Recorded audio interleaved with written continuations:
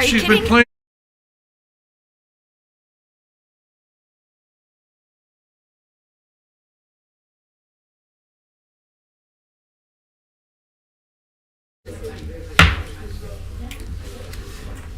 Good afternoon, evening, everyone. Welcome to the regular commission meeting of the Delray Beach City Commission this December the 1st. If the clerk would please call the roll. Commissioner Markert. Here. Vice Mayor Long. Here. Commissioner Cassell. Here. Deputy Vice Mayor Burns. Here. Mayor Carney. Here. We have a quorum. Thank you. If you could all rise, please, for the Pledge of Allegiance. I pledge allegiance to the flag of the United States of America and to the republic for which it stands, one nation, under God, indivisible, with liberty and justice for all.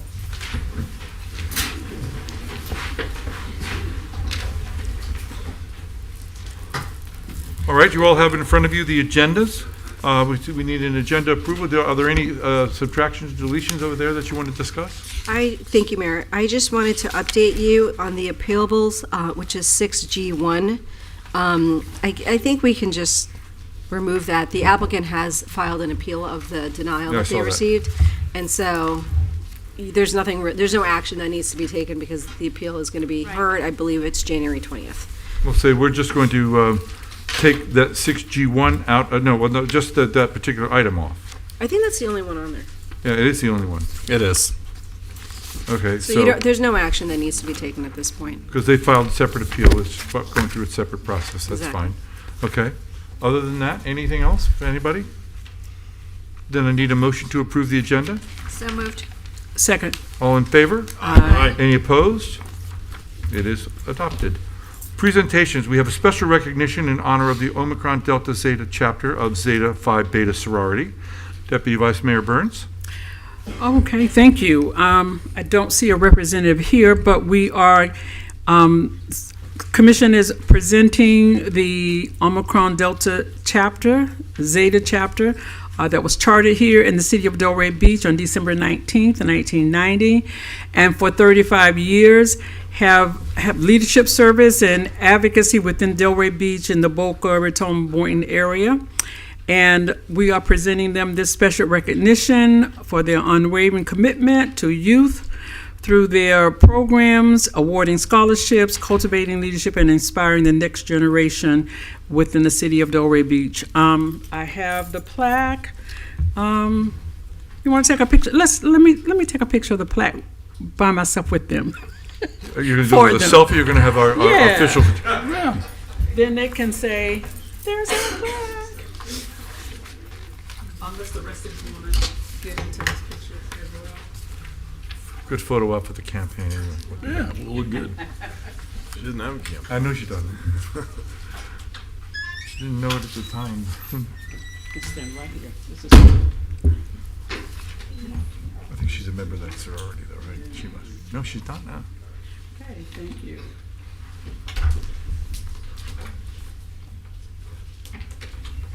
I'm locked out. Thank you very much. Comments and inquiries on agenda and non-agenda items from the public portion. We're first starting with city managers' responses to inquiries and highlights. Thank you, Mr. Mayor, and good evening once again, ladies and gentlemen. So, in an effort to continue to be as responsive and attentive as we possibly can relative to inquiries or concerns coming from the public, whether they take place at a city commission meeting, my individual offices, department directors, whatever the case may be, I've worked closely with the Department of Public Works to offer clarity regarding implementation of roadway resurfacing program. This specifically relates to a commentary that was offered at a city commission meeting regarding the status of streets being improved, what the schedule is, what the dynamics are, really to provide clarity that the direction or recommendations to resurface or reconstruct any roadway activities is a function of earth science or material science and conditions thereof. Therefore, Director of Public Works, Missy Barletto, is here this evening to help provide an overview in terms of what that looks like and what applications are in fact appropriate and professional. Followed by that, we also have a brief clarity regarding Federal Highway and Northeast 1st Street, because since the aforementioned meeting I just discussed, we've had an opportunity to assess conditions not only from an infrastructure jurisdictional standpoint, but also law enforcement collaboration as well. Thus, she's accompanied by the Chief of Police Daryl Hunter for that particular dialogue. So, ladies and gentlemen, if you all would please be permitted, first on the roadway resurfacing program piece for that clarity and background, followed by accompaniment by Chief of Police Daryl Hunter. Missy Barletto, if you would, please. Good evening, Mayor and Commission. Missy Barletto, Public Works Director. And tonight I'm going to give you a brief road tutorial on our roadway reconstruction program. If I can get the thing to work.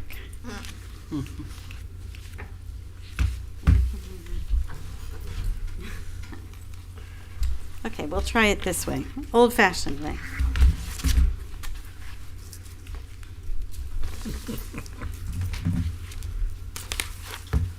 Do you need an assist? Comma. There's something going on.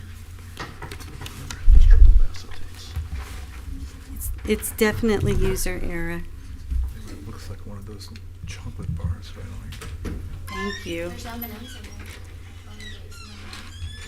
there. No, thanks.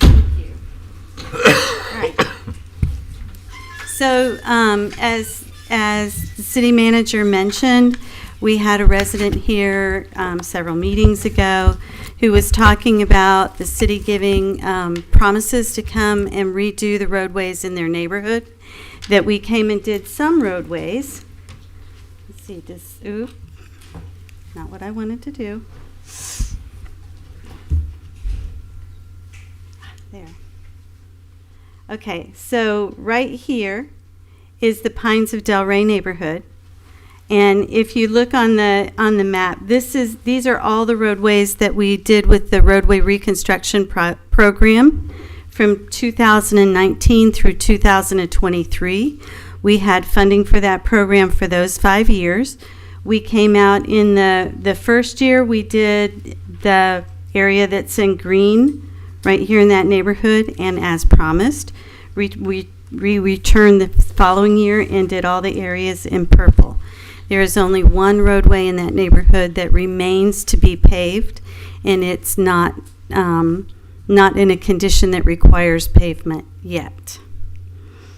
So over the 5 years that we had a roadway reconstruction program in the budget, we did about just over 25 miles of roadway. So what is a roadway reconstruction program? We drive throughout the city, we rate every single roadway throughout the city and give it an assigned pavement condition index. The PCI, Pavement Condition Index, is based sort of like a report card. The roadways get letters A through F, A, B, C, D, and F. And what kind of treatment and maintenance is scheduled for the roadway is based on the actual condition of that roadway.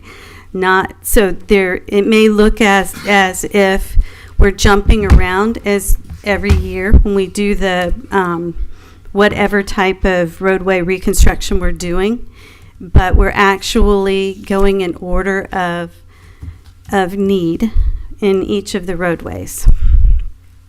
So originally, the last time I came and gave this presentation, I was talking about the way that we established a pavement condition index was there was a big pickup truck that we would hire every 5 years to come and drive every single roadway in the city. It had cameras hanging off every side of it, and I used to laugh and say that it looked like the Clampetts driving through town. And then I had to explain to some of the younger directors who the Clampetts are. And so I don't bring that up anymore. In the last 5 years, since that time, technology has caught up to us. Now we actually have sensor equipment that's installed on 20 of our vehicles. We have a GPS locator that lets us know where all of our vehicles are all the time. So we have real-time tracking to know which of our vehicles cover the most ground on a regular basis. And we've put these sensors on those 20 vehicles. Some of them are waste management vehicles. Some of them are public works vehicles. Some of them are inspectors' vehicles. There is a software that goes along with that continuously takes that continuous feed of pavement conditions and feeds it into a program and creates a real-time map. So at any given time, we can tell you exactly what the condition of a roadway within the city is. So in a roadway reconstruction program, this is not the program that we create new streets through. This is our maintenance program. So there are 3 basic components to that, which is pavement preservation, mill and resurface, which we've done a lot of in the last several years, and then full depth reclamation, which is the thing that we want to prevent having to do. That means that there's been road base failure, and we need to go out there and completely replace road base and everything else. We're having to do a significant portion of that on North Swinton during that project, and that's because that roadway was neglected and not maintained for a number of years. So in the 5 years that we had this program previously, the funding was between $1.5 million to $2.5 million annually, and that came from our infrastructure surtax. As you know, that infrastructure surtax program has sunset, and it is not being replaced in the very near future. We're looking at some point in the next several years, maybe doing a transportation surtax that would replace that infrastructure surtax.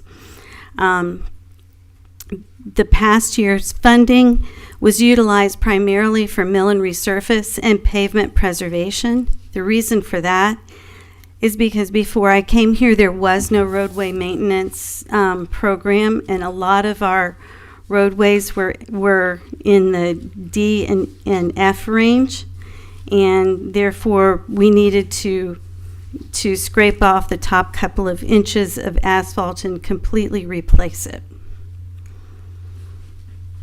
So this is a picture of the improved technology. As you can see, there are sensors that are strapped onto the axle of the vehicle. So as they're driving down the roadway, they're continuously gathering information about all the pavement that's underneath them. 5 of the vehicles actually have dashboard cams that are installed on them so that we can also get photographs of them, so that if we're getting a set of data that says that there's a real problem on a particular roadway, we can send someone out to take pictures of it. Of course, we're also only 4 square miles, so we can drive out there ourselves. So this is our current condition. Right now, our overall PCI rating in the city is a 55.6. That's a low C. It's an improvement over where we were 5 years ago, which was in the D and F range. So right now we have approximately 16.9 miles of roadway that is below the 50 rating, which means that of the 154 total miles of roadway within the city, about 17 miles of those are making less than a C in class. To mill and overlay that 17 miles of roadway would cost the city right around $5.1 million. We have approximately 3.6 miles of roadway that remains below a 30. Anything that is in the below 30 range is going to have to be fully restored all the way down to the base. And that cost would be around $3.1 million. We have approximately 107 miles that's eligible for pavement preservation. And that cost would be around $8.5 million. And we're going to talk more about pavement preservation as we go into the rest of the presentation. And then we have about 26.5 miles of roadway that is included in some of our major capital projects. the Northwest Neighborhood Project, the Tropic Isle Neighborhood Project, all of our TPA projects, Old Germantown Road, Barwick Road, North Swinton Roadway. For that reason, last year and this year, because we have so many miles of roadway that's under construction, we did not include the roadway reconstruction program in funding in fiscal year 24 or 25. As we start on zero-based budget for the coming year, we will be building it back in.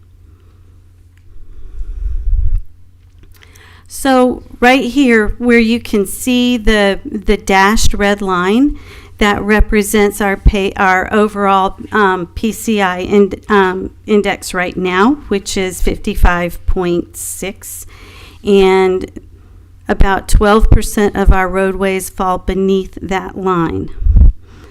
The rest of the roadways fall above that line, as you can see in the green area of the bell curve. The cost for preserving the roadways with pavement preservation techniques is significantly lower. Pavement preservation will increase the lifespan of a roadway anywhere from 10 to 12 years, and it just prolongs the amount of time that it takes us to have to actually do a more in-depth kind of restoration. So it's a very good investment in the future of our roadway system. The actual dollars that are listed there for mill and overlay and for full restoration are based on current projects. So those are real dollars, $850,000 a mile to do a full roadway restoration, $300,000 a mile to do a mill and overlay.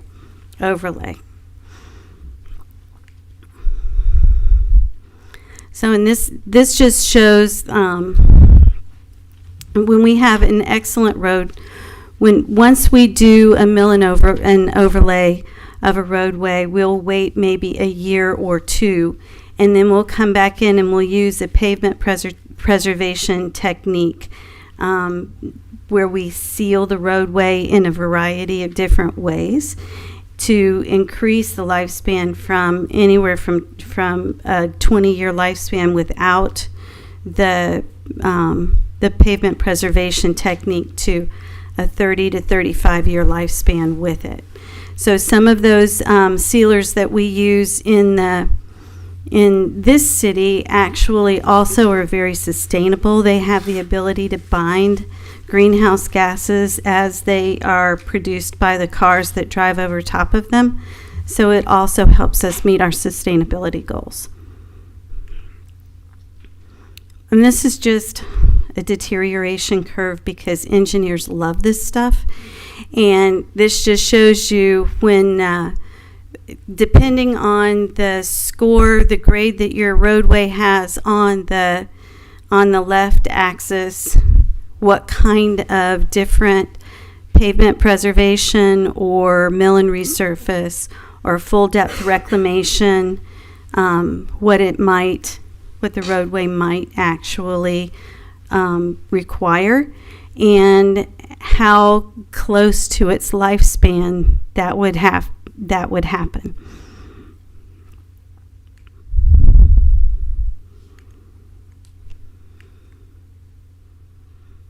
I promised it would be brief. Do you have any questions? Commissioner Casal? No, just commenting that clearly we need to be looking for funding in the future, which is scary. And second, obviously, we need to be keeping our roads up. So we'll need to be allocating funding for that, or it's going to be more costly in the long run. Thank you for the presentation. Commissioner Burns? No questions. Thank you for the presentation. Commissioner Very Mark- informative. Sorry, Commissioner Markert? No questions, but thank you, Missy. Appreciate, as always, your diligence. Commissioner Long? Great presentation, Missy. Thank you. You more or less answered all my questions. All I'll say is I was, not thrilled that we had to sort of skip this for the last couple of years. So I'm very excited to hear that you're going to be able to add this. You're going to have the ability to add this back into the budget going forward. I think Right. that's really great news. I think we all probably hear about it a lot from our constituents, and so this is, I think, a critical part of what the city does. And I'm glad you're going to have the resources, Missy, to bring that back back to the forefront. I think perhaps I didn't hit the point hard enough for you, but we have so much roadway reconstruction happening now through other methods. Yeah. With the our now MPO grants and our major neighborhood programs, that we felt that this was a year that we could.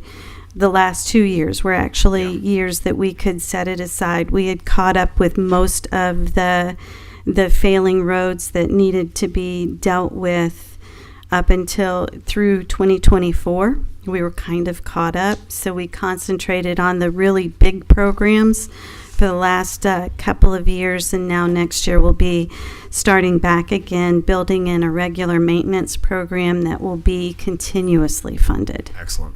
So glad to hear that. Thank you.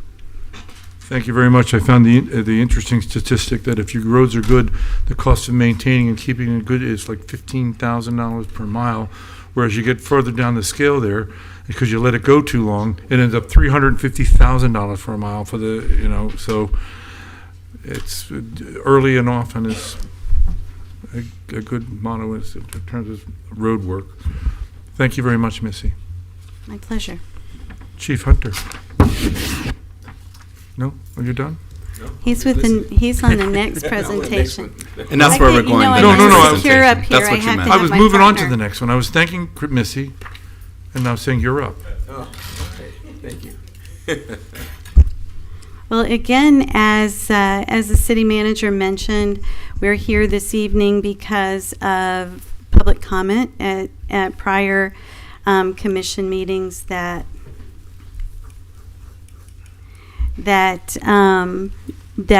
brought this particular intersection to commission attention. So in early November, there was a crash in front of Anthony's Coal Fired Pizza that received very heavy social media attention. There was a lot of speculation in social media that the accident was caused by a car coming off of Northeast 1st Street into Federal Highway. That actually was not accurate. The crash was caused by someone making an unsafe lane change without looking. They sideswiped the car and flipped it over in front of Anthony's. The accident actually did not even happen in that intersection. It happened between the Atlantic Avenue traffic light and that intersection, and that's just where the cars wound up landing. Excessive speed was not an issue with it. It was simply someone making an unsafe lane change. Wow.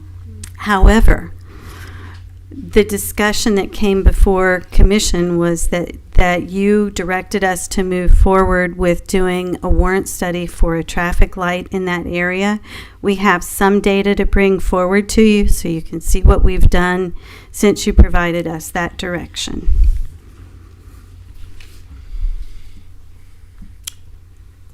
So with the data, we basically we had our traffic unit go out and do a study for about 6 days with regards to some of the things that were brought forth to the commission.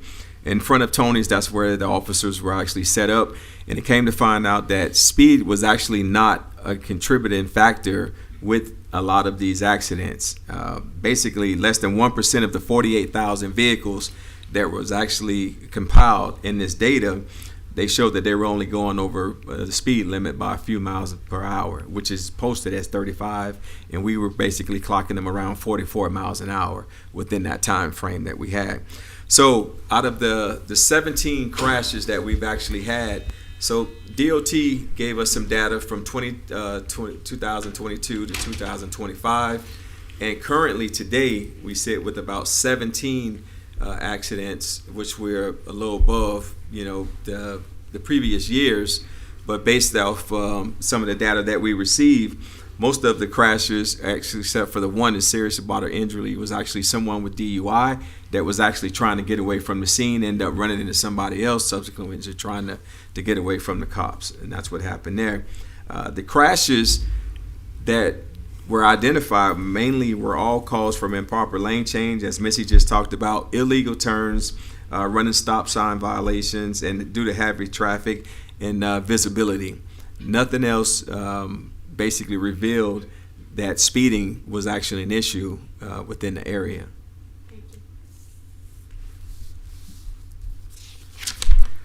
And this is just more information about the speeding.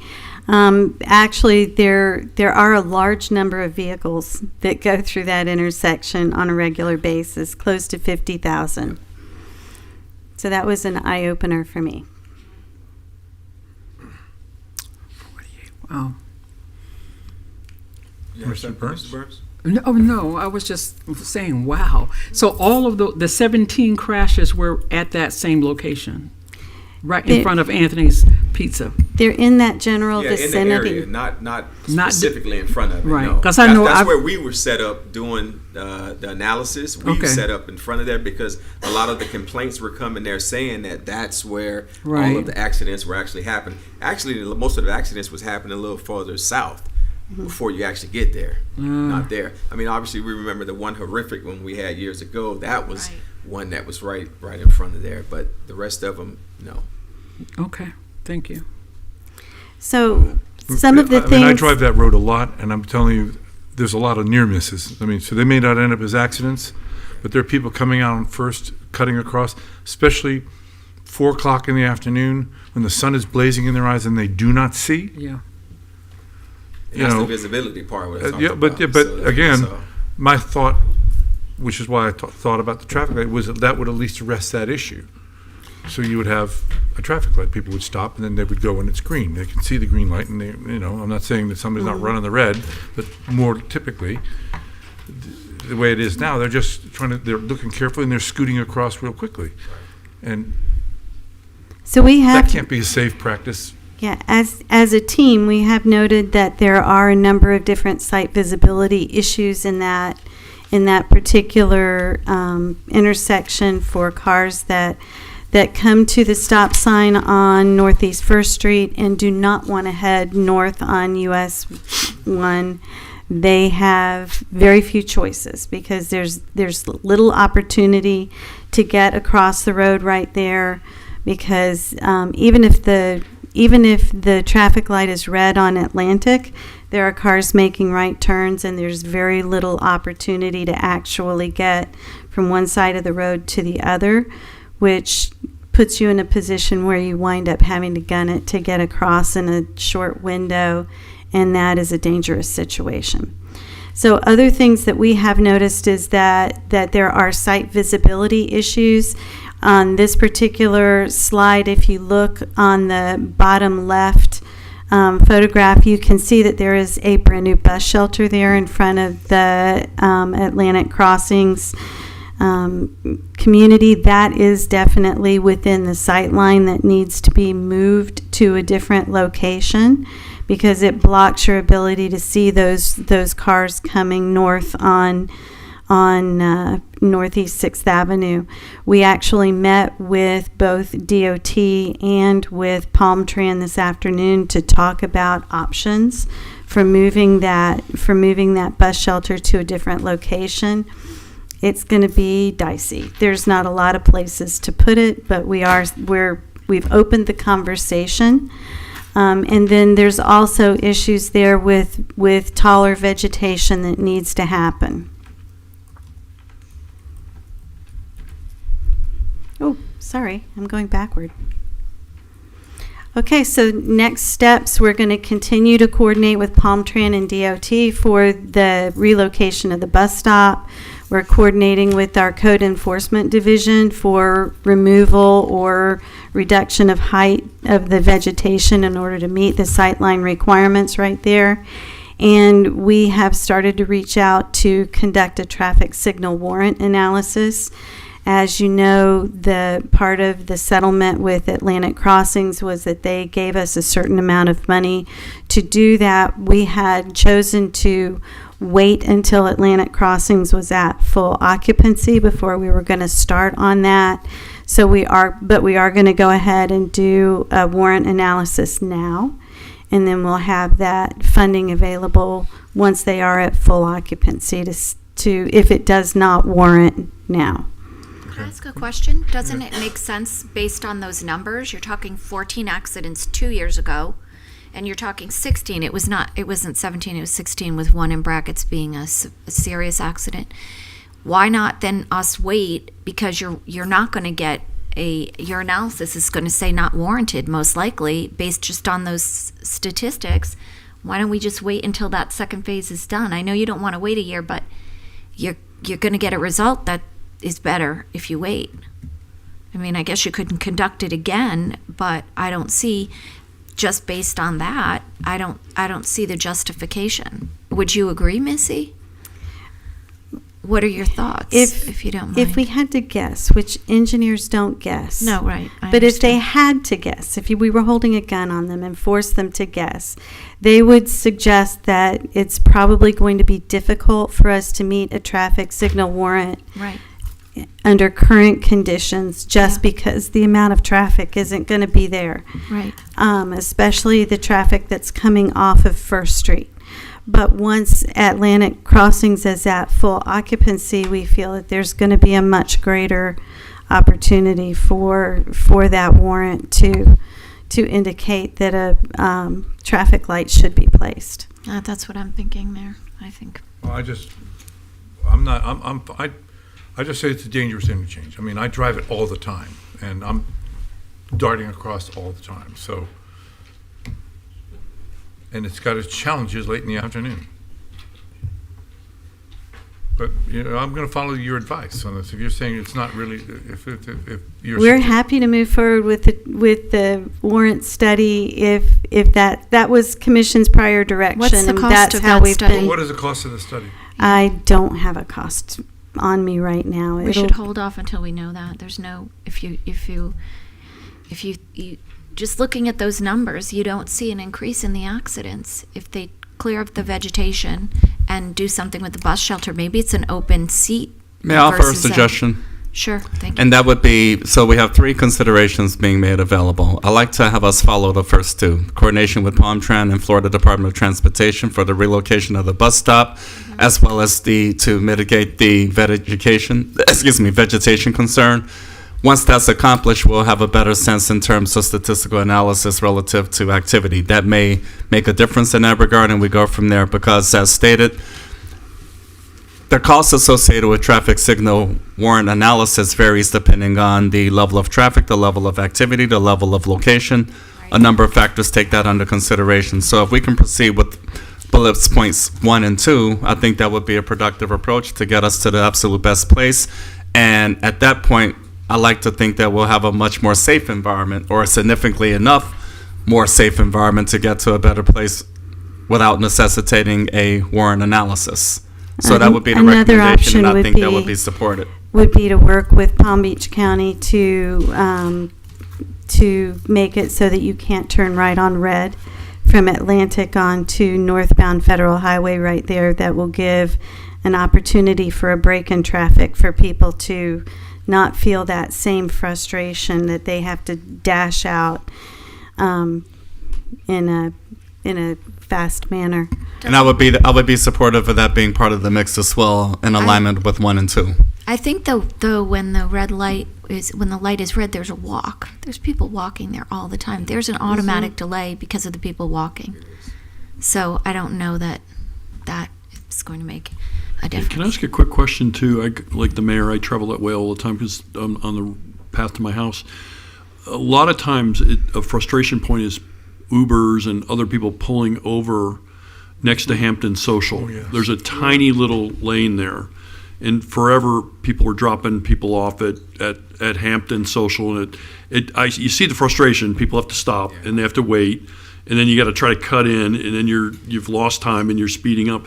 And there is nowhere for them to pull over, yet they pull over in this little space that blocks the lane. And I don't know if there's anything we can do about it, but it goes on all the time. I don't know what to do about it. Yeah, we've cited for that, and I've actually seen it myself. Yeah, going, it's all the going time. through there. Yeah. There is nowhere for them to drop people off. I mean, I kind of feel for them. Well, there is. They can go up 7. They could. You could go up 7. Yeah, You do it like, road. you're right about that. With We the have design of the structure. we have designated You're right. drop-off zones all over downtown. There's plenty of places maybe not right exactly in front of where you want to go. Again, they might have to walk more than 5 minutes. Can't have that. Can't have that. Thank you. Otherwise, ladies and gentlemen, I think it would be appropriate for good measure to offer consent relative to the suggestion having just been offered. Coordination with Palm Trend, FDOT, the piece Missy Barletto just talked about as far as other adjustments in terms of infrastructure, as well as the code enforcement removal of vegetation. These are administrative in nature, so the Office of the City Manager has the authority to proceed in this regard, which is what's being contemplated. However, the support of the commission to that effect would also be appreciated. You have my support. Any move to start improving the visibility is a good thing. Thank you. So with that, Ms. Barletto, consensus offered to that effect. Likewise, at this time, no direction for a traffic signal warrant analysis. All other guidance is appropriate. Thank you very much. Doesn't get killed. Don't say that, Mr. Mayor. Oh, jeepers. I'm just saying it's Please. it's a tough interchange. Thank you, ladies and gentlemen. I yield at this time. Thank you very much. We're now at the portion of the meeting for public comment. Members of the meeting is now open to the public for public comment from anyone wishing to speak on any topic or agenda item other than a quasi-judicial item or a public hearing item, which is later in the program. The public will have an opportunity to speak on quasi-judicial programs and public hearings later, and as those agenda items are called. For public comment, please sign in, state your name and zip code for the record. You will each have 3 minutes. Public comment. I thought we were going to get away with no one. I don't see Mr. Long here, so I don't know. Good evening, everyone. Laura Simon with the Downtown Development Authority, 33483. Just wanted to recognize our small businesses. Saturday was Shop Small Saturday. We kicked off with the Downtown Development Authority in downtown a shopping incentive for the month of December.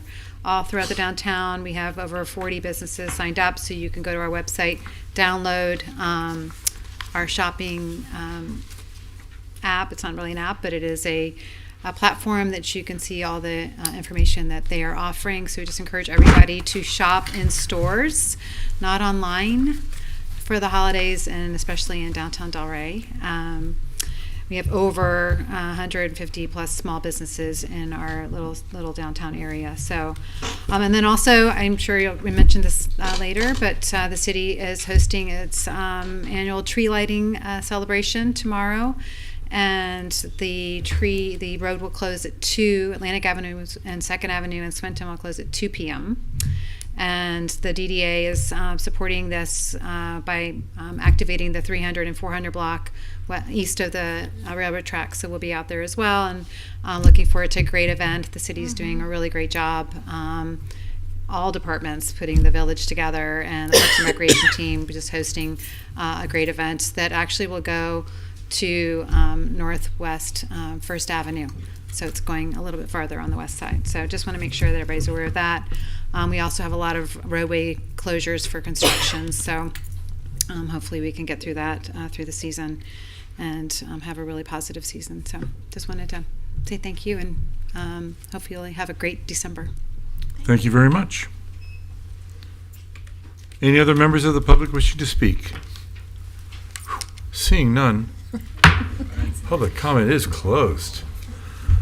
I need a motion to approve the consent agenda. Do we, excuse me, forgive me, City Attorney, do we have to pull that, did you say just leave 6G1 No, on there? or as pull it? amended, we Okay, amended. as amended, that's what I was asking. Right. So motion to approve as amended. Second. All in favor? Aye. Any opposed? It is passed.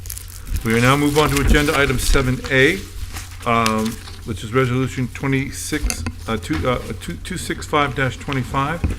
If the city attorney would kindly read the resolution into the record. A resolution of the City Commission of the City of Delray Beach, Florida, approving a waiver to Section 4.4.3 F2A of the Land Development Regulations to allow 34.2% lot coverage, approving a waiver to Section 4.4.3 F2B of the Land Development Regulations to allow a floor area ratio of 0.42 for the property located at 417 Lake Drive, as more particularly described herein, providing an effective date and for other purposes, and this is quasi-judicial. Thank you very much. I'm going to read the quasi-judicial rules for everyone here. First of all, if there's anyone here to speak on item 7A, which is this item, is that the only quasi-judicial we have? Yes, Mayor. Yeah. If anyone's here to speak on item 7A, if you could please stand and be sworn by the clerk. By the authority vested in me as a notary of the state of Florida, do you swear or affirm that the testimony you're about to give is the truth, the whole truth, and nothing but the truth? Yes. This hearing shall be conducted in accordance with the quasi-judicial rules. The applicant and the city shall be allowed 15 minutes each to present their case. The public shall be allowed to speak for 3 minutes each, or a maximum of 6 minutes if the person represents an organization or a group of people who are not present but agree not to speak. Who are present but agree not to speak. The city commission and staff and the applicant may be allowed to cross-examine a witness. The city or the applicant will be allowed to offer rebuttal testimony. The decision to approve or deny an application or appeal may not be legally made upon personal views as to whether a project is a good project or not, nor may a decision be made on the numbers of citizens who support or oppose a particular project. The law requires that all decisions must be made on the basis of whether the project meets the requirements of law, the comprehensive plan, and the land development regulations. If you could please enter the project file into the record. Good evening, Anthea Geniotis, Development Services Director, and I'm going to enter building permit number 24-221112 and PZ file 336-2025. Thank you very much. Disclosure of any ex parte communications by the City Commission. Commissioner Casal. Yeah, I drove by and I spoke to staff as well. Yeah, that's None for me. none for me. Some written correspondence. Okay. I briefly spoke to staff about it. Yep. Okay. Well, that's not. Staff's not ex parte, I don't believe, right? No. So Cover my bases. that's fine. Gotcha. Gotcha. Presentation, sir. You're on. My name is Albert Scartabello, and I'm not sure, you want me to explain first, or do you want to? Speaking to them. You need to speak a little louder, Sure. Or is Okay. the mic off? and you do go first. Okay, all right, Albert Scartabello. I'll give a brief summary. Oh, your address, please. Oh, sure, Oh, 720, no, zip. Oh, address. Excuse me. Address. Yep. 724 Sunshine Drive, Delray Beach. Thank you, sir. Okay. So, just a quick summary. I received a call that I didn't expect on getting from the building department a couple of weeks ago, saying that an internal audit was performed on a handful of permits that had been reviewed and approved by the city. The issue seems to be the open air areas of the house were not taken into account towards a maximum allowed percentage of lot coverage. My permit application was reviewed approximately 1 year ago by Planning and Zoning and cleared to move on to the rest of the departments to review the application. The permit was reviewed and approved by all departments and issued on January 16th of this year, 2025. I was told by the city recently that I need to put in for a waiver to receive my CO, which I am just about ready to have since 99% of the work is done on the house. Inspections have all been approved. So at this point, I'm asking for the this commission to grant this waiver so I can get my CO for the home. Okay. So I'll provide a little bit of visual background to this. I don't debate what Mr. Scartabello has presented to you. The property is located at 417 Lake Drive. Hopefully this is gonna work. There we go. Turning it on helps. It's about 9,377 square feet. The zoning's R1 AA. It's single family, and the permit was issued June 10th, 2025. So, and it had been in review before then. So actually, all right. So the zoning for Lake Ida has additional requirements that the other single-family districts are not subject to. Even though the zoning is R1 AA, you have to meet all of the setbacks, which the property does. And then in addition, there's a maximum lot coverage of 40% if it's a one-story building, and maximum lot coverage of 30% if it's a two-story building. If it's a two-story building, the second floor can only be 75% of the first floor, and then there's a floor area ratio requirement as well. So basically this came to our attention because another property was being reviewed and got flagged, and they said, but why are you counting those? You didn't count them here, and that made my blood run cold. So we started auditing, Lake Ida permits. And so sure enough, what happened for Mr. Scartabello's property is that the covered area here that you're seeing, because it's roofed, should have been included in the maximum floor area, and it wasn't. So for lot coverage, the definition of lot coverage is the lot coverage is the maximum amount of the lot which may be devoted to coverage by a structure or structures. So it doesn't matter if it's a shed, if it's the main house, if it's a gazebo, all of those things count towards lot coverage. And ultimately, that in practice includes the full building permit, footprint, whether or not it's an open air porch, a garage, or something else.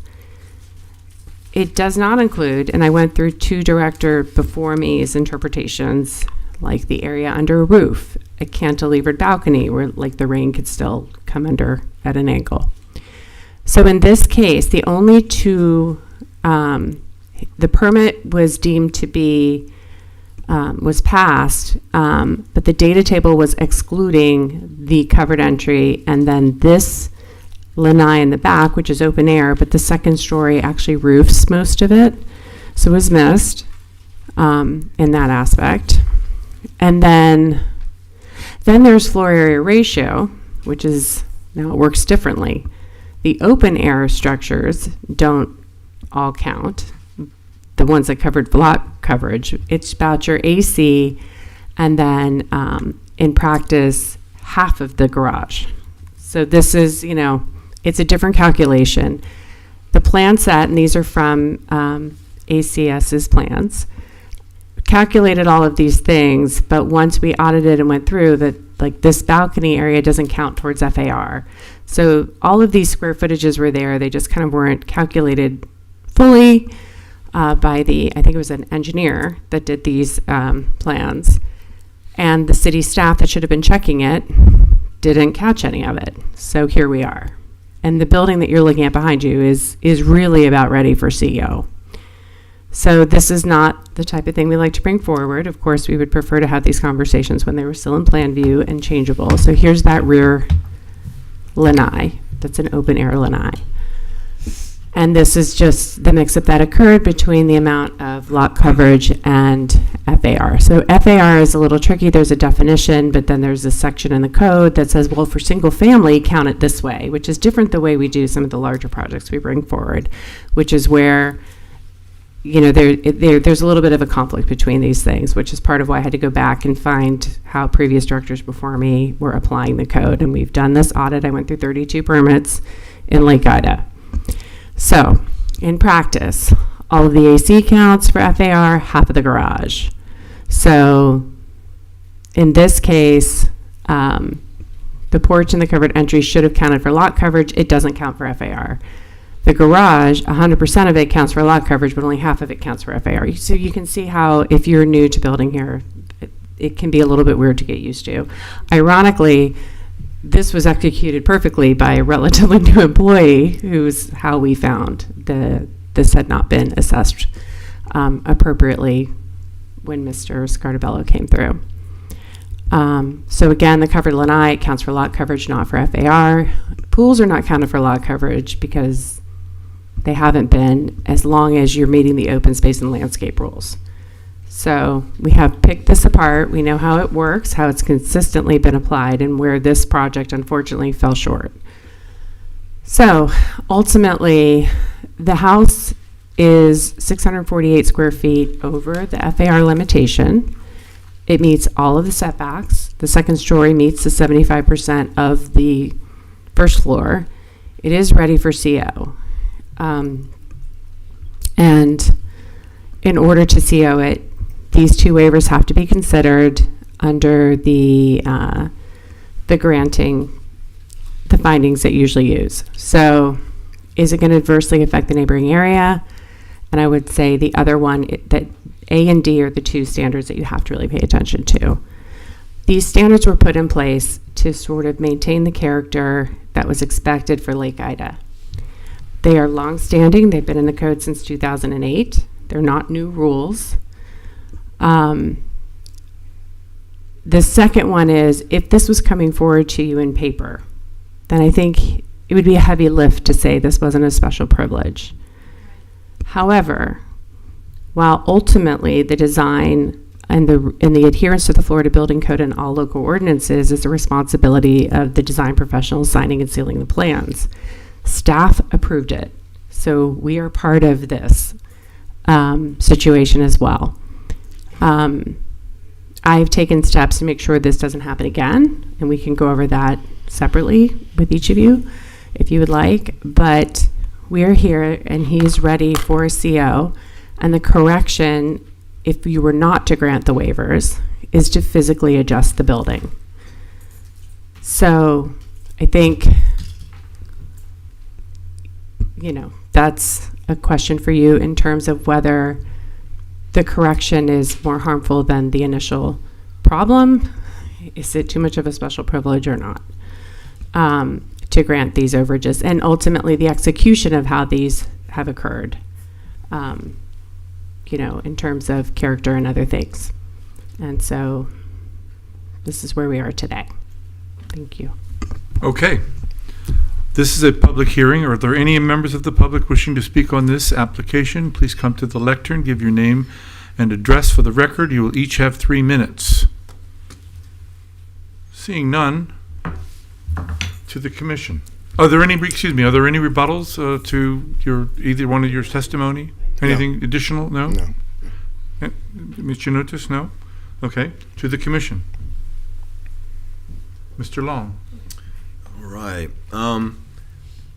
So it hardly seems feasible to me to expect the applicant here to adjust this building. I imagine that would be very, very expensive, if even structurally possible. And given that we are unfortunately somewhat culpable in this issue, this creates, in my opinion, an extenuating circumstance.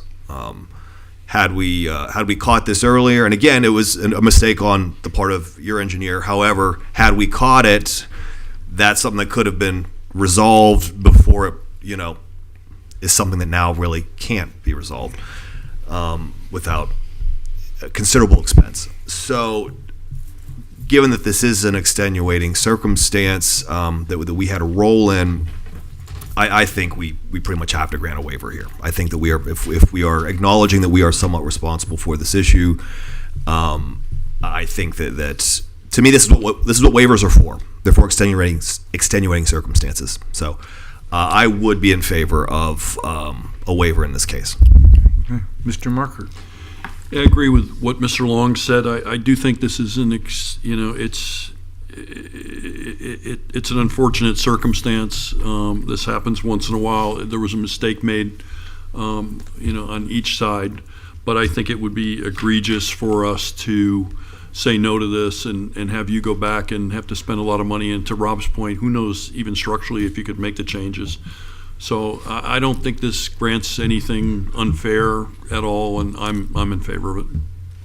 Commissioner Burns. I'm in agreement with my colleagues. Staff approved it. All the calculations were there, and it's ready for a CO. And we've made preparations to not allow this to happen again. So I'm in favor. Great. Commissioner. Were the calculations there, though? I mean, the problem I have here, and forgive me, because I know you're in a horrible situation, and I feel compassion for you, and I hear what my colleagues are saying. This is the reason for we have waivers for circumstances. I appreciate that you haven't exceeded the second story percentage and that you're well within the setbacks, because that is critically important as well. But it's ultimately completely the responsibility of the architect to provide the accurate information. So it's not, the numbers weren't, there was something wrong. And I'm just saying it's a hard thing to, I know that there was oversight, we missed it on our part. But I struggle with this, and I guess this is where I'm going. These after the fact, and this is not you, and I don't even know if this is proper conversation. We're seeing a lot after the fact. Oh, the wall was 2 feet too high. Oh, the wall 6 inches too high. Oh, our sign is too big. Oh, this, oh, that. Is there a compromise where you are giving a retroactive and then you incorporate the fee for the permit? So, I mean, I think that part of what is happening is that all of this, so this is actually an area calculation from the plan set. Yeah. And everything that's totaled up isn't totaled up in a way that achieves either measure, the FAR or the lot coverage. That's when, staff should have asked for the data table to be redone. To say like, well, these are all these areas and we shouldn't have to manually add in this. It should have been a very clear direction. Put the covered spaces on your lot coverage, take off the balconies and the open air parts from your FAR. Instead, sometimes I think there's an interest in trying to move fast. Right. However, I did have to get the bottom of this because this is absolutely the worst situation. That something is coming out of the ground that doesn't meet the rules. Right. The rules are there because the neighborhood has certain expectations of what should be coming up around them to ensure their neighborhood stays with the same character. So all of these calculations were there. They were never put into the framework of the rules. I mean, the drawing was clearly labeled like, hey, we're right at the 30%. But if you added up the square footages, you would have understood that they had left off the covered entry and the covered lanai. Right. Now, those are open air features, and those are features that make houses more livable and more interesting and all of those things. But nonetheless, it's a little too much. So our responsibility, I think, as staff should have been to have the engineer who drafted the plans reconfigure the data tables. What happens is we get pushback. We're constantly taking too long. Mm-hmm. The previous workshop. And so in a rush, sometimes there are mistakes. At the same time, we traced all of the projects that were erroneously dealt with, because I hate to tell you there's another one on the 8th, to a single reviewer who no longer works here. And we had an entire staff-wide training. We went through everything. We are also going to be providing a visual explanation of how to apply these standards for Lake Ida that we will publish. Director of Communications is going to help me add a webpage, and we are working with the IT department to change the prereq requirements for if you are in Lake Ida, your application data tables need to look like this to head these off. And the entire planning and zoning staff, whether they review single family or not, has been educated on how this needs to work. So hopefully moving forward, this will not happen again. Mm-hmm. However, this is quasi. We're on this particular project at 417 Lake Drive. We have a builder who trusted his PE and trusted the review staff when the permit was issued, and now Right. here we are with the building. Understood. guts. Thank you. Yep. Go ahead. Obviously, I don't like people they make the mistake and beg for forgiveness. In this particular case, I view it very differently. You and I discussed this at length about ways to kind of, having gone through this myself in a number of ways that we could create a situation where it wouldn't happen again, where we have a separate table. When you have these separate zoning requirements, maybe we need a separate table for lot coverage, which is different than your FAR. Mm-hmm. And, but they have to depict them, and it has to be part of the checkbox that they have to check off to do. This was, again, vague, but if we had two tables requiring one for FAR and one for, this would have been avoided. So there are some simple fixes. If we don't grant the waiver, what you're saying is we're going to have to make the guy alter the facade, which, by the way, would make it look. Right. It wouldn't have gotten through SPRAB, but I mean, it didn't go because it's single. But I'm just saying it wouldn't have passed the designs by it. So I'm certainly not going to. I certainly understand why we don't want to do that, but I don't think I'm not going to not grant a waiver because that's telling him he's got to go do this. Right. I'm going to, understanding that I don't like having forgiveness, coming back. We need to better our process. I don't want to, not pointing blame to staff, not pointing blame to the engineer. I think the engineer probably should have been aware of it, but if he doesn't do a lot in Delray, may not have been. So, but if we created these checkpoints that they had to check off, this situation would have been avoided. So I'm going to support this waiver for those reasons. Anyway, I need a motion. Motion to approve resolution number 265-25. Second. Call the roll, please. Commissioner Markert, Yes. Vice Mayor Long, Yes. Commissioner Cassell, Yes. Deputy Vice Mayor Burns. Yes. Mayor Carney. Yes, Motion passed. thank you. Okay, thank you.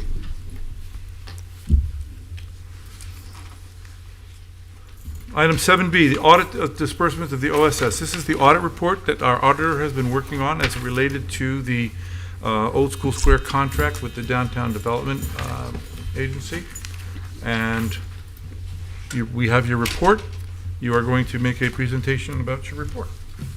Yes. Good evening, Mayor, Commissioners, City staff, guests. Elena Georgiev, City Internal Auditor. Thank you for the opportunity to present the results of the audit of the Downtown Development Authority's disbursements related to the management of Old School Square. The audit was performed per your request and was just concluded, and a copy of it was attached as part of the agenda. I'm here looking forward to answer any questions you may have. Commissioner Cassell. Thank you. I'll start. Thank you for the report. So just to clarify, there was no fraud? So first of all, I would like to say that this was a limited scope audit, and as part of the procedures of that limited scope audit, we did not identify any fraud. Thank you. And did you identify misuse of taxpayer dollars? No. Thank you. And there was no family members of employees that got special benefits, correct? No. And then I just would say one thing. I appreciate the report. I read it. I think when you and I discussed it, the findings were pretty much what you expect. You look at the organization, you find ways they can improve their policies and procedures, and you provide them in the report, and I appreciate your time. And I would just say to there has been a lot of talk about this, and a lot of it has been, negative and disparaging.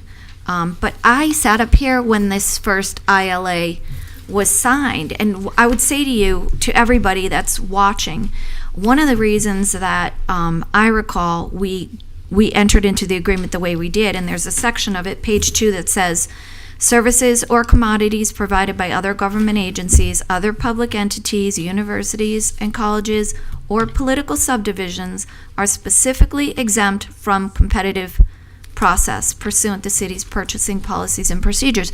Because there was a lot made of contracting without going out and getting competitive bids. And I would say to you, as someone who sat up here at the time, my clear recollection, and that was signed by Mayor Shelley Petrolia on the 27th of February, I believe, 2023, was that one of the benefits to us having the DDA take over was that we ourselves would have struggled a little bit with the procurement. It would have taken us a lot longer to get bids. And we were talking in consideration, and why that was in the contract is my understanding, was we were thinking about how are we going to get the Crest Theater up and running really quickly. And within the contract, the DDA would have the ability, through their procedures, to get things done more quickly, and they wouldn't have to go through the same process. So it hurt me to watch them get criticized for doing that when really we asked them to go and get this place up and running and operational, and we gave them that leeway. And then they were being criticized for utilizing the leeway they were given. And while I think it's really appropriate to look at policies and procedures for any government organization, I think we should start looking at our own. Because I can assure you, we've got probably procurement issues going on. I know of some P-card problems. There's a lot that we can do to improve our own city. And I'm happy that this report came out the way that it did. I appreciate that the DDA said that they've already begun working on improving their process and procedures, and I'm glad there was no fraud, malfeasance, misuse of funds, family members getting benefits, or a lot of the things that were being stated in the public. And that was very unfortunate because people's characters were assaulted in this process. Thank you.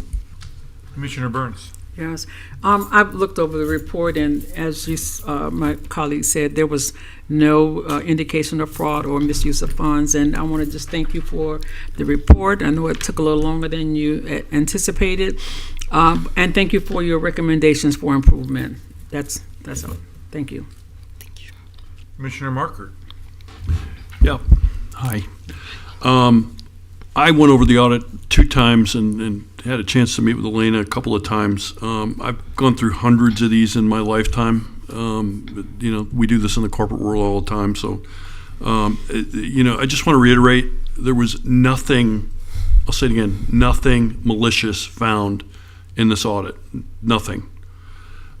Did we find a couple of areas that we could tighten up and do a little bit better on? You betcha. And every audit I've gone through in the corporate world, we found the same things, and we've already got commitment from the DDA and from Laura to tighten those things up. So I'm happy about that. As you all know, I was not in favor of this audit based on my own observations. I'm really glad it's over. I am sorry there was a lot of disparity that was put down on the DDA unfairly, in my opinion. And again, I was not in favor of this from the start. But I'm glad the audit came out the way it did. And Elena, I thank you for all the time that you put in. I know this did take a lot of time, and I'm appreciative of the hard work and the effort that you put in and coming forward with the findings. So thank you for that. Commissioner Long. No questions, but thank you for the very thorough job. You're welcome. And then thank you very much. You're finished, yes? Okay. Thank you very much for the job. It's a very thorough job. I'm very glad that you were able to identify, from the very start, and I said this from here, I didn't expect any malfeasance. I didn't expect any of that. I did expect sloppiness, and which has been identified, and everyone's correcting. Because not having contracts in place, or not having credit card policies in place, and not having policies and procedure in place when you're dealing with public money is something you need to have in place. So, and so I'm very happy that you worked very collaboratively with the DDA. I like what you wrote. I like their responses and commitments to upgrade the various procedures, to get procedures in place so that you do have, so the questions of whether or not something should or should not have occurred are now off the table, because you will have a policy and a procedure to dictate whether something should or should not be done. So I appreciate your efforts here. I guess you're getting on to other greater things here in the city to look at. So I'm sure we can't wait to see those too. So anyway. Me too. Could I ask, does Ms. Simon want to comment in the aftermath? No. I don't see why there's a problem. She was the subject of a lot of comments that were not remarkably positive. So if she would like to comment, I think we should let her.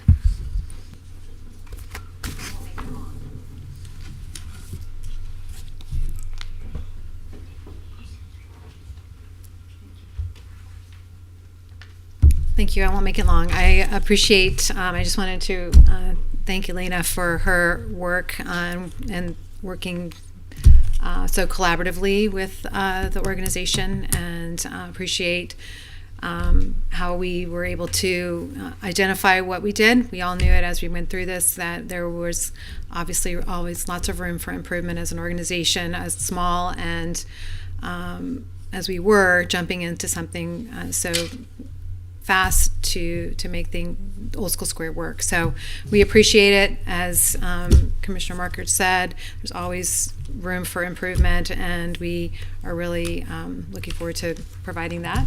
But again, I just really thank Elena for her partnership on this. It was great. She's very professional, and we're very lucky to have her. That's why she's here.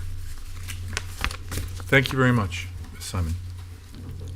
Do you have any other comments? Nope. I believe this is all I have. Great. Thank you. Thank you very much for all your hard work. Thank you. To all concerned. Do we need a motion to approve that? I don't know, we're not really approving it, we're just, It says motion to approve audit. That's correct.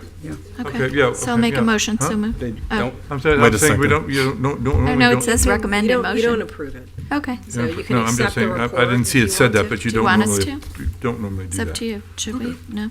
Okay. All right.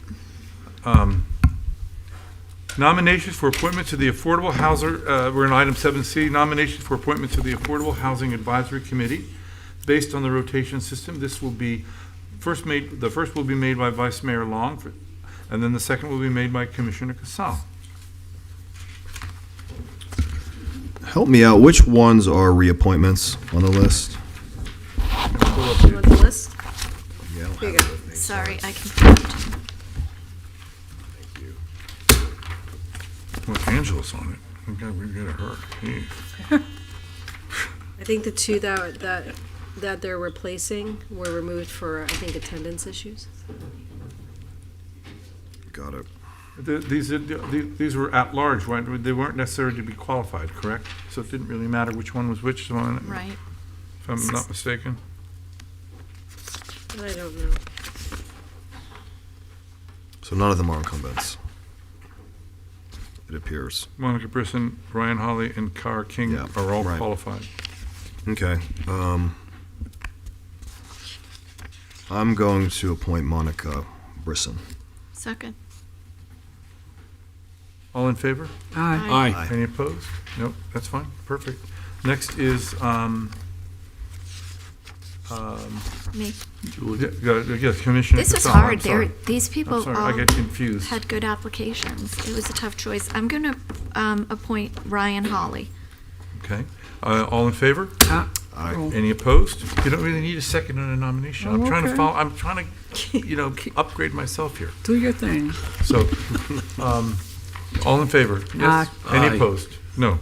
It's appointed, perfect. 7D, nomination for the appointment to the Site Plan Review and Appearance Board.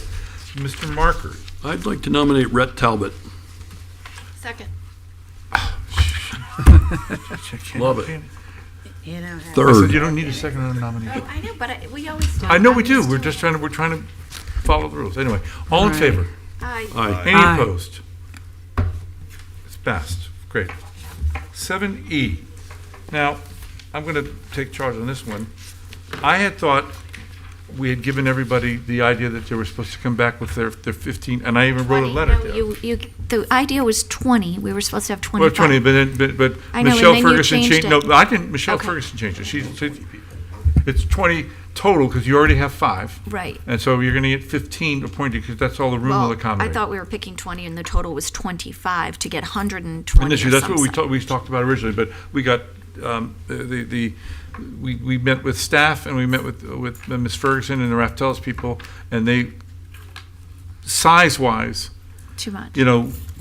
if it turns out that we're able to accommodate more later, then we can do that. But at this juncture, they were saying, let's start with this number, because the way that they want to do the table setup, and they're going to be moving people from table to table and things like that, she felt, with the acoustics issues already at the field house, Yeah. she thought that this was a better number. May I say, I tried to reach out to a bunch of people over the holiday break. I know, Rob, you probably want to pick because you're not, you're leaving, but I need more time. They're not ready either. I'm Oh. not putting you on the spot. I'm not Okay. saying you're the only one. I'm not ready. Okay. I have about 7. How many do we? Mayor, I had a great list, but wouldn't you know, I left it on the Dog hates it. I hate nightstand. it when it happens, I'm telling you. Well, that's your cat lover. So what are we deferring to the next meeting on this? Anyway. You can do your list. That can pick works all better. 100 Here's what I would like to recommend. By Friday of this week, if you could all get your list to the city clerk, preferably by Thursday, to get your list to the city clerk, who can then look at the list and see if there's any duplications. And she can get back to the person and let them know that there was a duplication. But if you have one and I have one, I She'll don't know. I don't like that idea. I think you got to go and read out everybody do 2 people. So why? Because if I have the same list as you, then I'm just trying to streamline it for the next meeting on the 8th. someone else gets to pick. It's like that's not, usually if you have a duplicate, then who's the one who gets it and who gets another pick? I mean, Let's just do it at the next meeting. Everybody Doesn't come matter with your as long as list. you're on No, the- because I mean, on- I've got here that, I've got a couple here that are saying, oh, if you want to appoint them, that's fine. And I guess the clerk will call and say, you have a duplicate. Is this something you really, person you really want to appoint, or do you mind if the other person does the appointment? Mayor, Yes? I'm just concerned that might create a sunshine issue. Exactly. Okay, well. Just involving the clerk in that Well, fashion. then, however you would like to do. I think we have to do it in a meeting, just at our next meeting, Maybe bring our everyone list. should have a few extras, just. Yeah, like 5. At I our mean, we next all know the meeting. same people, that's the problem. I got 20 extra right here. So how many are we to appoint? 20 You're going to extra. be appointing 15. 15, and then Right. I bring some extra. And I have another question. I would like to appoint Ms. Emmelman. She is not a resident, but she represents over 800 businesses. I would like that exception to be made on my behalf. I mean, that's not the way, they have to be a resident. There are certainly another member of the I know, chamber. but the businesses are such a critical part of the city. I just think having one person there who Well, it's not represents great. all the Then businesses. Everybody can come up with someone that They says they can, should be. though. accepted. Why I think not? there's no Let- exceptions. There They gotta should be a be, resident. but I know, but from the beginning, I said I thought the nonprofits should be involved, and I people understand, agreed, but and because and don't somehow understand- that got taken I don't out. want to fight this. I mean, We're not fighting, so let's get a we gotta consensus roll. on it. No. I would like a I think they consensus need to be a add Ms. resident. Emmelman. That's the whole process of Okay, the I'm asking my visioning colleagues for process. consensus, It's if they not don't what the mind. chamber I think thinks. She that once we represents start 800 making exceptions, businesses. We have to continue making exceptions. Huh? Mary, excuse me, no offense, you shouldn't be yelling out from the audience, if you don't mind. Okay. Thank you. I'm not in favor. I want to keep I'm it in as favor, residents. Mr. Markert, Mr. Long, Ms. Burns, would you mind? It's one Residents. person, and she represents all the businesses in the city. It's Ms. visioning. It's what Simon. a residents think. It's not what the chamber But thinks the there's city should look important, like. it's important to have people, this is over 100 people, you don't want one in there who has some sense of what's going on? Whatever. I'm saying I'm no. adding her to my list, if you No. don't mind. Residents only. I'm not going to disrupt the vision for what we've already discussed on this juncture, since I'm not going to be here. So I don't think we talked about. I think we talked about it being residents. As much as I appreciate having Ms. Emmelman involved or others, I don't think now's. I thought the time to start nonprofits should be Yeah, we're not involved. changing what we're going to do here. Let's keep. You guys the- want to change it after I leave? Go ahead. Let's just I'm keep it not the gonna formula. introduce changes. Let's just keep the formula that has worked 3 previous times and has made But it's, Delray you're Beach getting way the it- same, at the goal setting, you're getting exactly the same thing at the visioning. I know was at the exactly- I last was one. back and read what I As the said. goal setting. Right, I said I just residents. feel like. Resident-driven. I heard Resident. you, and I But it's asked such a for, large sample. Does it 1 or 2 really matter? right, Yes, it does. not It really. breaks the Tom, I'm really trying to keep this the way it has worked in the past. It's the way you want it. I mean, it's, if you look at Raftellus, they said staff should be involved. It's just a matter of opinion. I'm not saying Staff yours there is as a wrong. resource. Listen, I'm just saying the woman who represents all these businesses probably has something positive to put into this. I'm saying that that is not what a visioning process is all about, and we've had successful ones in the past, and I'm going to list her at my address. I You would were not what? recommend. I'm joking, Mayor. come on, calm down. This is Everybody, ridiculous. whatever. It's just the whole way There's a lot along, of people that it's I would all. like to choose that represent groups that are not residents that I don't have in my Then list. you can find someone from the group, but I mean, our downtown businesses are so Can important. we just keep it the way we've all agreed to it? Apparently. Can we just keep it the way I it was mean, set up it's to do? the way that you Instead agreed. of making a last minute change It's again? not a last minute change. I brought this up in the very beginning. I brought up having the. Because you've never been in envisioning things, and I I acknowledge actually, you've never been in no, envisioning. I've read 3 studies. No, we did, and we got a consensus to add the nonprofits, and now they're not included. We did get a consensus. Anyway, I'm saying residents only. It should be, that that's the way it's been set up. Let's do it residents only. If Stephanie has someone from her board that she wants to come that's on the resident, by all means, you're free to select them. So then our takeaway here is by Thursday, we're supposed to come No, up. by the next meeting. Well, we're going to choose by the next meeting. Well, that's right. We're No, not going to no, do, you said Thursday. well, no, if you're We're saying allowed to that, do that. Might make a sense. yeah, So we're gonna do the it next attorney, Blaming you. city attorney believes that could create Sunshine Can law. blame So, Rob. yeah, because she would know that somebody else was going to do the same person. Technically, we would have had to Okay. vote on. So the next meeting, you will have your list. So 15 appointments, and are they meant to be a subset of So the if you list go that we first, already have? if you go first and you take up 3 of my names, So, I got to have other And ones don't make ready it to your go. former neighbors from out west, because that will be a problem. no, that'll be a problem. But it's 15 as a subset of the master list that we already have. It's not new and incremental people. These are new It's people. new people. So these are all new people. Yeah. Correct. So Some of them may lists- have, some of them may have contacted have- the city, some of them may have contacted you directly. You have 15 people in addition to the 5 you've already chosen. It's all new people. Okay. Yeah, because the 5 that you already chose are there. Okay. So essentially, by whatever the date is, you'll have 20 names from me. Correct. By the next meeting. By the next meeting. All right, fair But you're enough. gonna have to have other names in case like Rob appoints someone that you like, and so you have to scratch it off. You have to have an alternate on your list. Like, that's why I said I got this list of, oh, Okay, so You we're gonna be guys are short, 'cause making you're this not so gonna be here. hard. So This you're is not not gonna do a list. hard. I mean, I'll be here.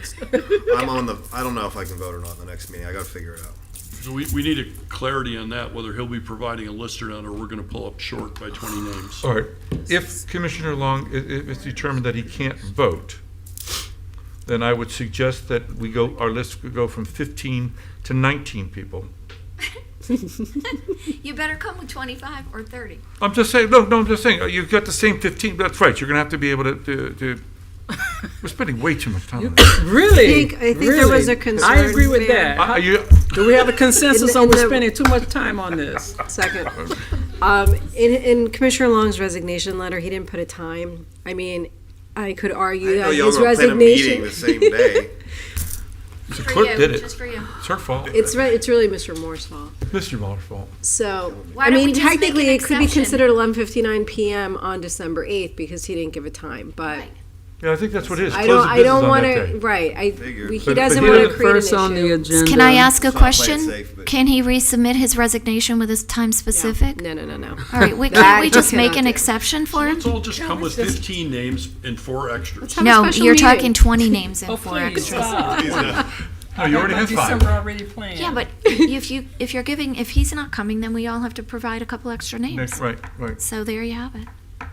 You're not coming? No, I was gonna come and not He's vote on it. saying Just he I was gonna can't come for the provide beginning, say my goodbyes, make a speech, and then Ah! ride off into the sunset and let you guys. Well, since you do didn't it. put a time, can you bring 15 names? And we have it first on I'll the bring him, and you agenda? guys can use it as reference. Oh, that's an idea. How about that? That'll work. That's Pick an and idea. All choose. right, if we you- can decide at that meeting whether it's Alright. going to It can be be, your backup. we're voting 15 or We can make that 19. work. How about Okay, that? We can so make that work. that's what it is. So everybody's going to come with winning. a sufficient amount of names to fill the bring slots at the 25 next meeting, names. I'm correct? bringing We 25 can do too. that. Fine. Make sure they're residents. Oh, Father. Okay. I mean, if you'd like to give them to us ahead of time, we can vet them for everybody. We can I'm do not. that. I'm gonna barely make it What on does that time. mean? Means Make you sure need that to they're know they're in residents. the city. Well, if they're vetted and they aren't. Well, then I'm just no. saying it better than, just to see if they're from Dover. Make sure that they're residents. Oh, well, we should. We're I all think gonna you bring would know residents. because presumably you know these. Right. Yeah, we're going to know these people. We're gonna We're going to know these people. I'm picking names out of a hat. I'll go through the census and start picking names. Should have put this on the agenda for next So week. this is, Okay. you're gonna. All right, be- 7E, we're done with 7E, right? We have consensus, fine. Yes. Yep. Okay. December 8th it is. Okay, 8A, public, this is a second reading on ordinance number 26-25. If the city attorney would kindly read it into the record quickly. An ordinance of the City Commission of the City of Delray Beach, Florida, amending the Code of Ordinances of the City of Delray Beach, Title III, Administration, Chapter 33, Police and Fire Rescue Departments to implement provisions of the 2024-2027 collective bargaining agreements between the city and the Palm Beach County Police Benevolent Association, amending sections 33.64 contributions and 33.685 deferred retirement option plan to extend the drop from 5 years to 8 years and require members who participate in the drop in excess of 60 months to contribute 3% to the pension trust fund, providing a conflicts clause, a severability clause, and authority to codify, providing an effective date and for other purposes, and this is second reading, public hearing. Just briefly, this is to memorialize the terms of the collective bargaining agreement that was approved by the City Commission just a few weeks ago. Okay, we had our first reading, so this is the second reading. This is a public hearing. If there are any members of the public wishing to speak on this item, please come to the lectern, give your name and address. You will each have 3 minutes. Seeing none, public comment is closed to the commission. Look, you know I don't support the drop, but this is just changing the ordinance, which is necessary. So I'll put the motion to approve ordinance number 24-25. Do I have a second? Second. Would you please call the roll? 2625. Oh, thank you. Thank you. Ordinance That was bad. 2625. No, it says 24.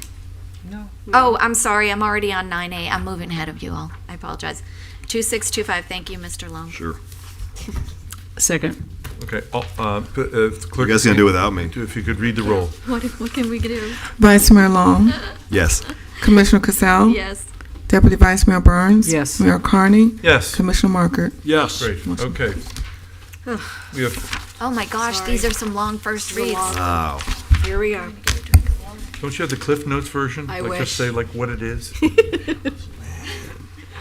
Takes ready? up an entire page. Okay. First reading for resolution 24-25.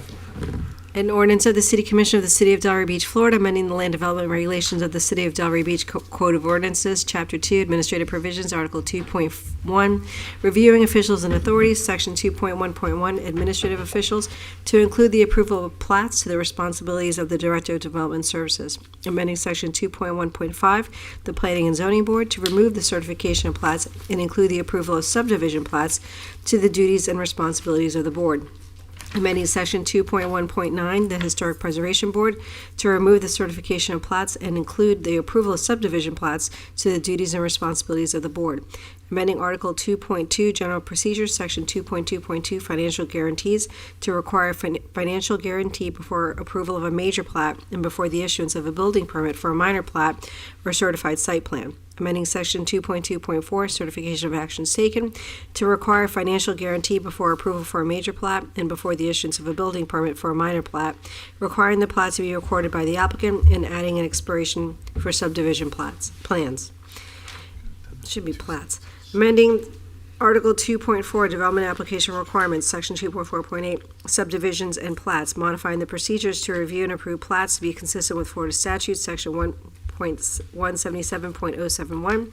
Amending Section 2.4.10, Site Plan Applications, Level 1, Level 2, Level 3, and Level 4, and Master Development Plans to include subdivision plans and adopt the procedures and required findings for its approval thereof. Amending Section 2.4.12, Certificate of Appropriateness, to require Certificate of Appropriateness for subdivision plans for individually designated structures and all properties located within historic districts. Amending Chapter 3, Performance Standards, Article 3.2, Performance Standards, Section 3.2.3, Standards for Site Plan and/or Plat Actions, to remove plats from and add subdivision plans, and by amending Appendix A, definitions, to amend the definitions for major subdivision, minor subdivision, and plat, and to add a definition for subdivision plan, providing a conflicts clause, a severability clause, authority to codify, and providing an effective date. This is first reading. I feel like we should applaud. I mean, that's just a great, That was exhausting. great job. Motion to approve ordinance number 24-25. Second. All in favor? Aye. Any opposed?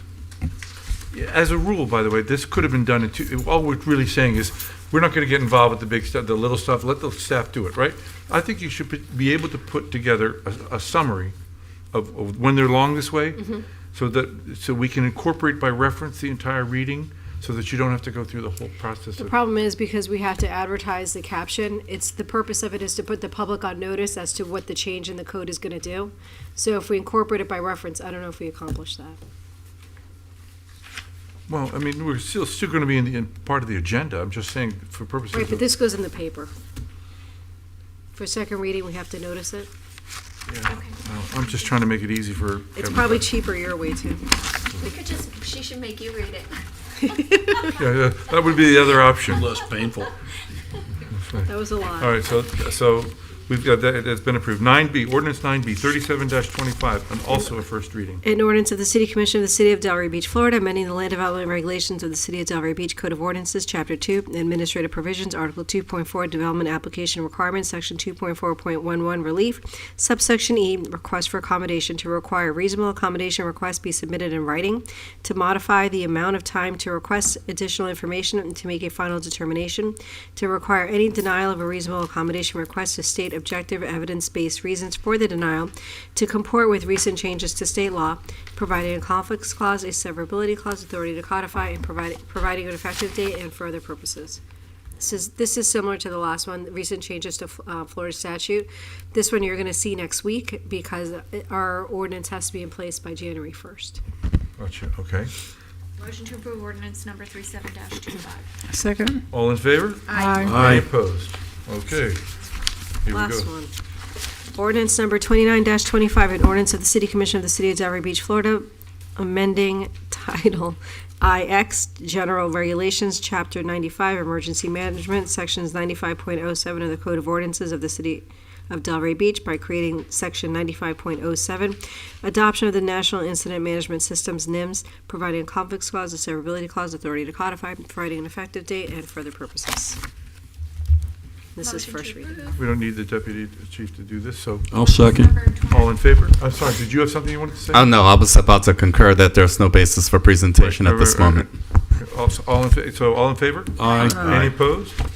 Fine, 9C is adopted. There we go. Go to the second reading. Comments and inquiries on non-agenda items, Mr. City Manager. I yield at this time. Thank you. Good.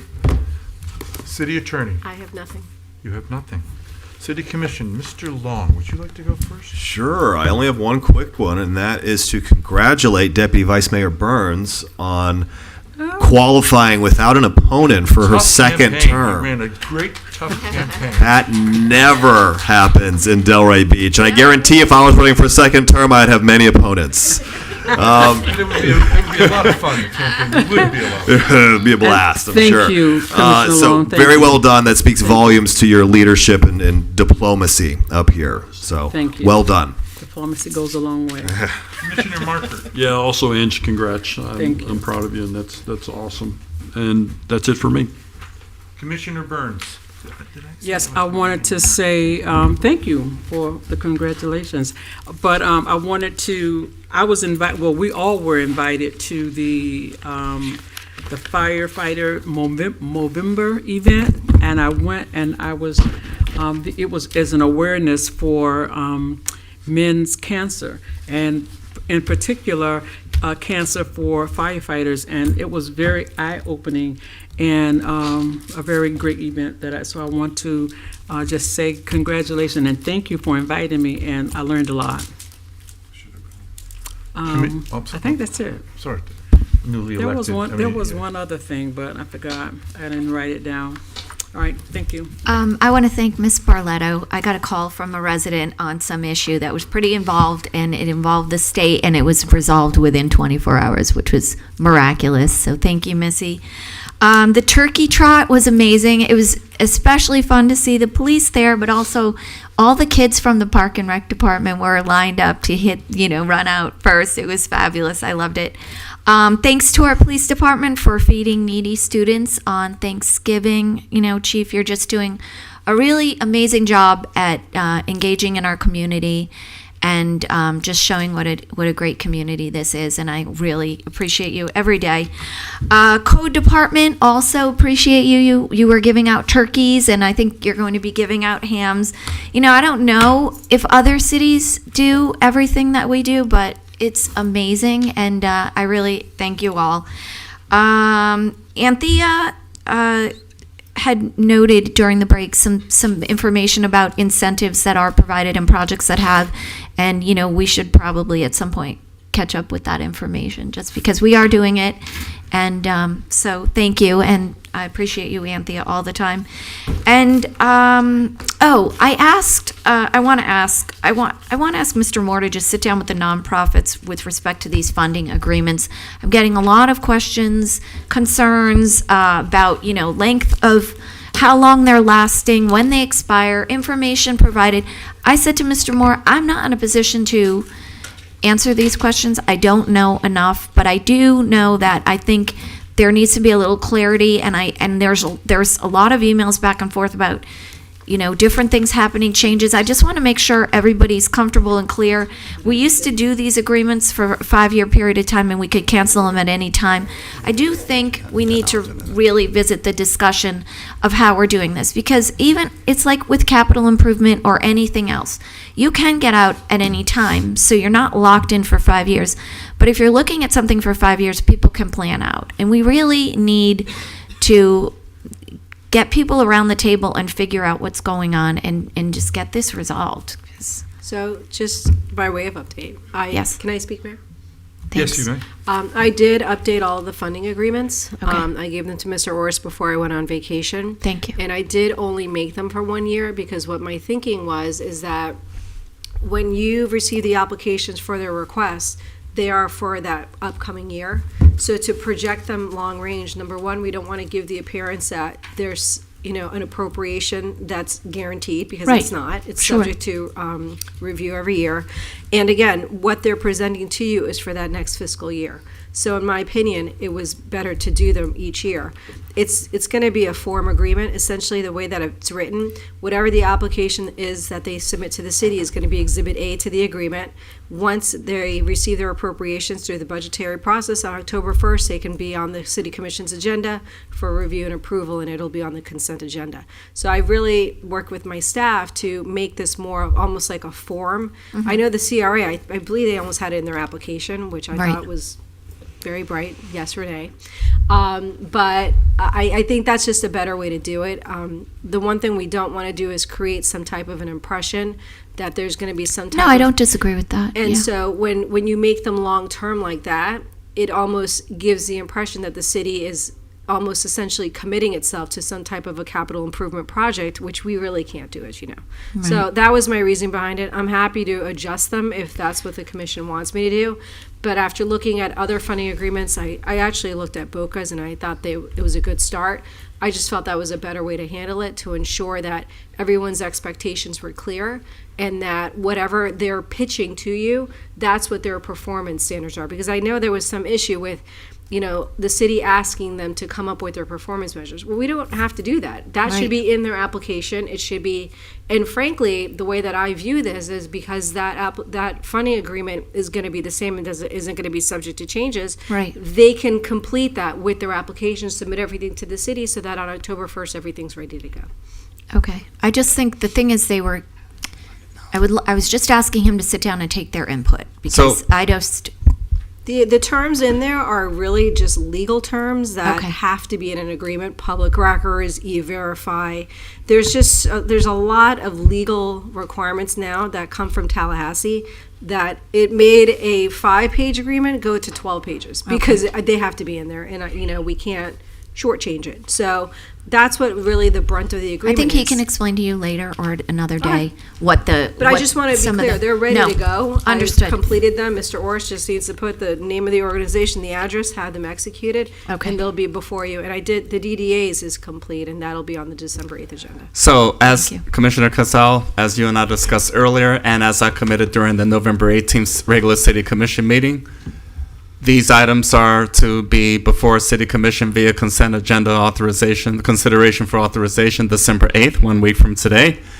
And once that is achieved, I will endeavor to meet with nonprofit organizations, both Ms. Doris and myself, regarding expectations as outlined, and I'll be happy to endeavor accordingly. So I that is appreciate committed. that. Thank you. Thank you. That's all I have for the evening. I want to thank the city of Delray Beach and all the not-for-profits and everybody here that all the work they did to make Thanksgiving really meaningful for an awful lot of people. I noted the fire department, the police department, the Elks, the Rotary, Chuck Halberg's group, and some other other groups that really go the extra mile to make this holiday meaningful for people that really don't have much, and I don't. It's part of really what we are in Delray Beach, and I included a little bit of that in my newsletter, and I really meant it that we are such a special place, and it's always amazing to me when I see just how much this little 4 mile by 4 mile city generates in terms of helping others, helping each other, and just helping the city. And I just wanted to, that's all I wanted to say. I hope everyone had a great Thanksgiving. I look forward to everybody's list next week, and we're adjourned. Except Rob.